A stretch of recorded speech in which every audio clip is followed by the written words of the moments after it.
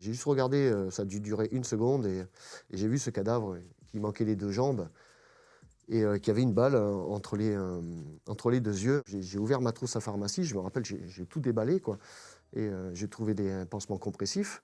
Donc je m'en suis fait un bien serré et comme je voyais pas la gravité, j'ai dit: «Bah, je m'en fais un deuxième, quoi». Je m'en fais un deuxième et puis je commence à vouloir partir, quoi et puis je pars et puis je vois que j'arrive pas trop à marcher donc je rampe et là j'ai mes collègues qui me disent: «Allez, vas-y, dépêche-toi, dépêche-toi» et puis, j'arrive à ramper, à rouler un petit peu et j'arrive dans cette descente.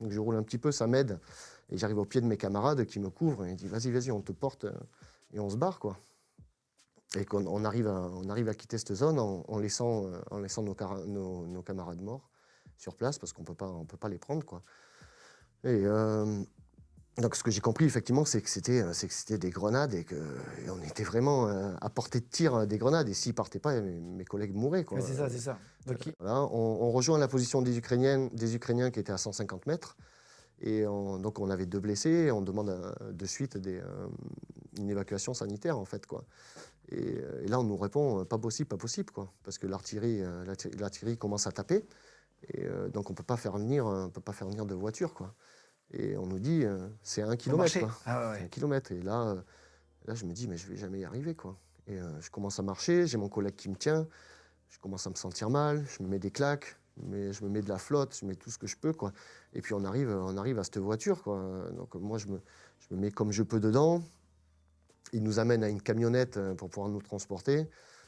Mon collègue passe à l'arrière, en tenant mon camarade pour pas qu'il bouge, parce il lui manquait la moitié du bras, quoi et moi, je passe à l'avant et je suis sur le côté et avec 2 Ukrainiens et je me suis rendu compte après qu'ils étaient terrorisés. Ils sont partis, comme des fous et en plus dans dans la mauvaise direction. Donc j'ai dit: «Les gars, c'est pas là, c'est ici», parce qu'eux, on les avait amenés, donc c'est pas eux qui conduisaient, ils venaient d'arriver dans la zone, donc ils connaissaient pas, Tu t'es pas demandé ce que tu foutais là, à ce moment-là?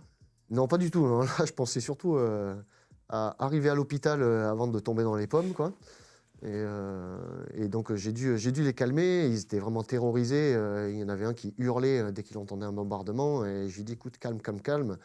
Il m'a même pris, il m'a secoué, il m'a dit: «Non, mais les Russes vont nous tuer». Les gens réagissent différemment face à la peur, hein. Il y en a beaucoup qui sont tétanisés, on peut avoir des réactions absolument incroyables, Toi, tu as pas eu peur vraiment? heu, pas tellement, en fait.